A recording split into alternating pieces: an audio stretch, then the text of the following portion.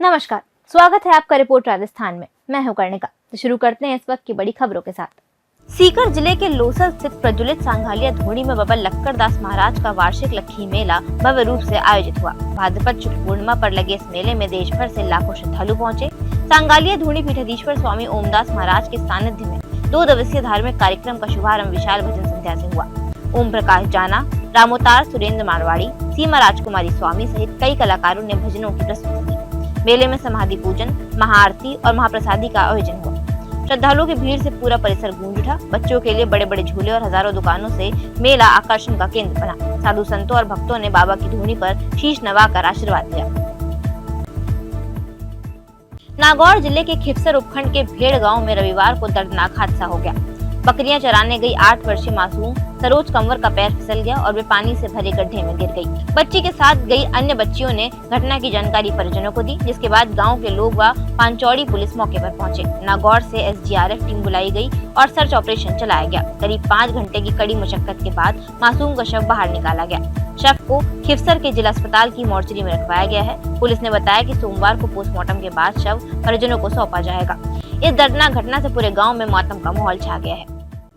बारां जिले के मांगरोल कस्बे में आयोजित डोल मेले में इस बार अव्यवस्थाओं का आलम देखने को मिला। स्थानीय लोगों और दुकानदारों ने शिकायत की कि प्रशासन द्वारा रात्रिकालीन कार्यक्रमों में भजन संध्या व कवि सम्मेलन तो रखे गए, लेकिन इनमें कोई बड़े कलाकार शामिल नहीं हुए। इससे पंडाल खाली पड़े रहे और भीड़ मेले में टिक नहीं पाई। दुकानदारों का कहना है कि हर साल ऑर्केस्ट्रा कार्यक्रम के कारण मैदान खचाखच भरा रहता था, जिससे बिक्री भी अच्छी होती थी, लेकिन इस बार इसे हटा दिया गया। करीब 15 लाख रुपए खर्च होने के बावजूद मेले में उत्साह और भीड़ का रंग फीका नजर आया। दुकानदारों ने प्रशासन से मांग की है कि नुकसान की भरपाई के लिए मेले की अवधि बढ़ाई जाए। कोटा जिले के सांगौड व कनवास उपखंड मुख्यालय सहित आसपास के गांवों में अनंत चतुर्दशी पर गणेश प्रतिमाओं का भव्य विसर्जन किया गया। सुबह से ही श्रद्धालुओं की भीड़ प्रतिमाओं के पूजन और शोभा यात्राओं में उमड़ पड़ी। गांव-गांव में विघ्नहर्ता की झांकियां सजाई गईं और भजनों की गूंज से माहौल भक्तिमय हो गया। विसर्जन के लिए गणपति प्रतिमाओं को गाजे बाजे और जयकारों के साथ परवन नदी व खदानों तक ले जाया गया। शोभा यात्रा में महिलाओं पुरुष नाचते गाते आगे बढ़े। गणपति बप्पा मोरया, अगले बरस तू जल्दी आके जयकारों से नगर गूंजामय हो रहा।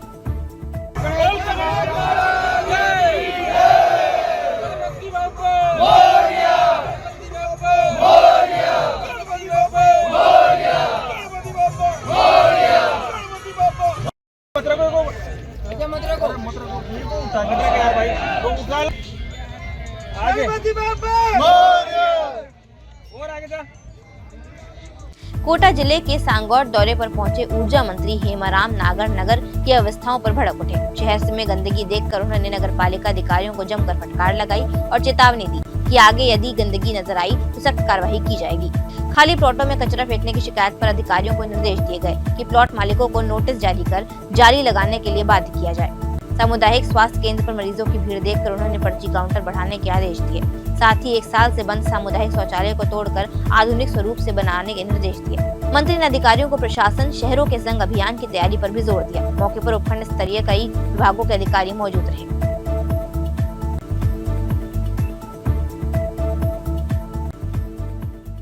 जिले की विराटनगर तहसील के राजगढ़ कस्बे के जीएस पब्लिक स्कूल में श्रमजीवी पत्रकार संघ की उपशाखा राजगढ़ रेणी का शपथ ग्रहण समारोह आयोजित हुआ। कार्यक्रम में मुख्य अतिथि के रूप में विधायक मांगेलाल मीणा मौजूद रहे, जबकि अध्यक्षता रेणी प्रधान मीरा मीणा ने की। जिला अध्यक्ष चंद्रशेखर शर्मा ने नवीन कार्यकारिणी को शपथ दिलवाई। इस अवसर पर पत्रकारों पर हो रहे अत्याचार और पत्रकार सुरक्षा कानून लागू करने की मांग उठी। विधायक मीणा ने निष्पक्ष पत्रकारिता को लोकतंत्र की आधारशिला बताते हुए संगठन के लिए भूमि आवंटन का आश्वासन दिया। समारोह में समाज सेवी, सरपंच, लायंस क्लब पदाधिकारी, विभिन्न सामाजिक संगठनों और बड़ी संख्या में गणमान्य लोग उपस्थित रहे।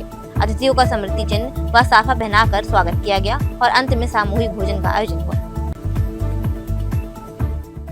झुंझुनू जिले के सिंघाना कस्बे के बनवास वार्ड नंबर 2 चौधरी कॉलोनी में जलभराव और कीचड़ की समस्या ने लोगों का जीना दूभर कर दिया है। रविवार को आक्रोशित ग्रामीणों ने विरोध प्रदर्शन कर प्रशासन से कार्रवाई की मांग की। स्थिति इतनी गंभीर है कि दिव्यांग अशोक कुमार पिछले 2 महीनों से अपने घर में ही कैद है। व्हील चेयर से बाहर निकलना संभव नहीं है और खाने पीने का सामान लाने में भी दिक्कत हो रही है। ग्रामीणों का आरोप है कि नगर पालिका और ग्राम पंचायत जिम्मेदारी एक दूसरे पर डालकर पल्ला झाड़ रही है। गंदे पानी से मच्छरों का प्रकोप बढ़ रहा है, जिससे बीमारी फैलने का खतरा मंडरा रहा है।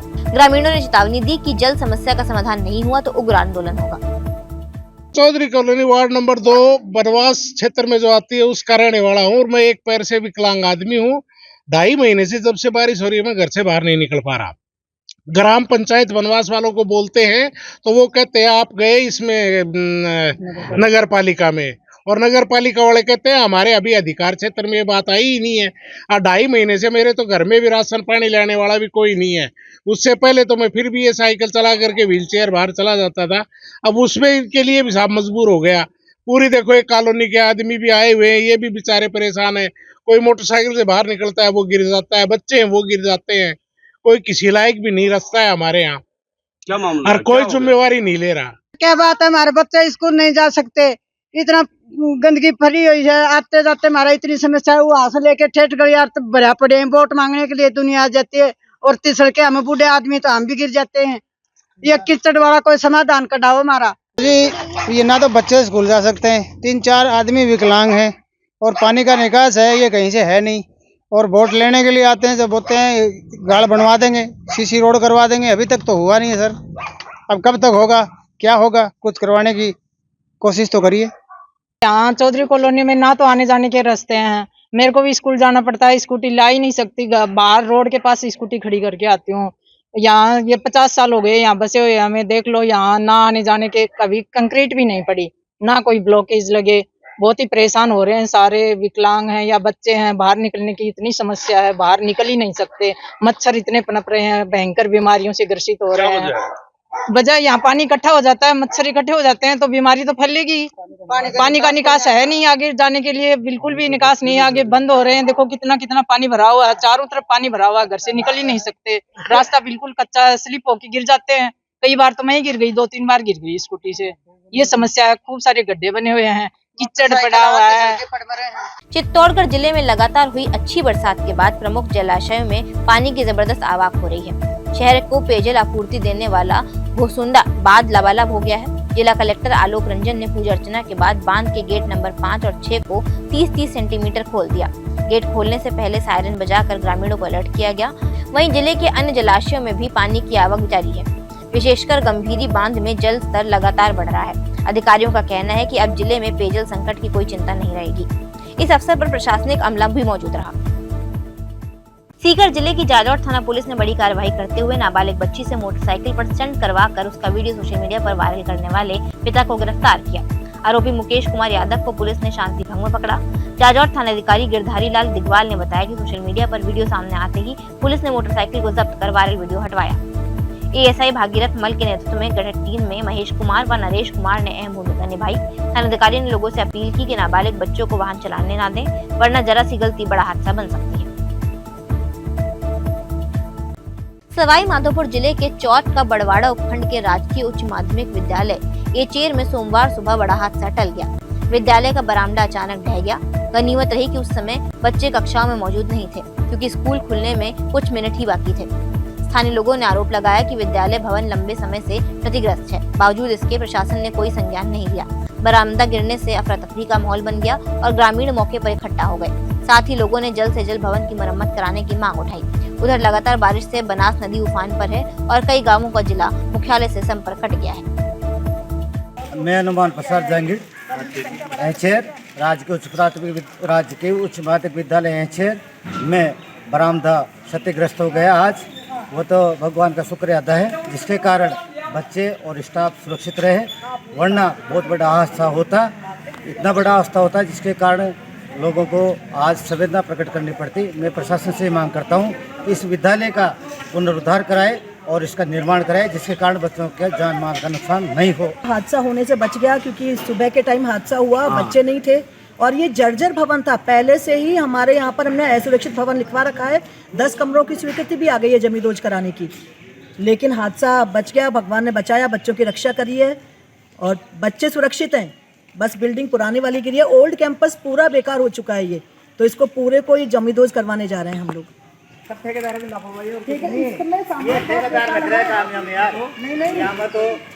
विद्यालय है, इसका भवन आज गिर चुका है।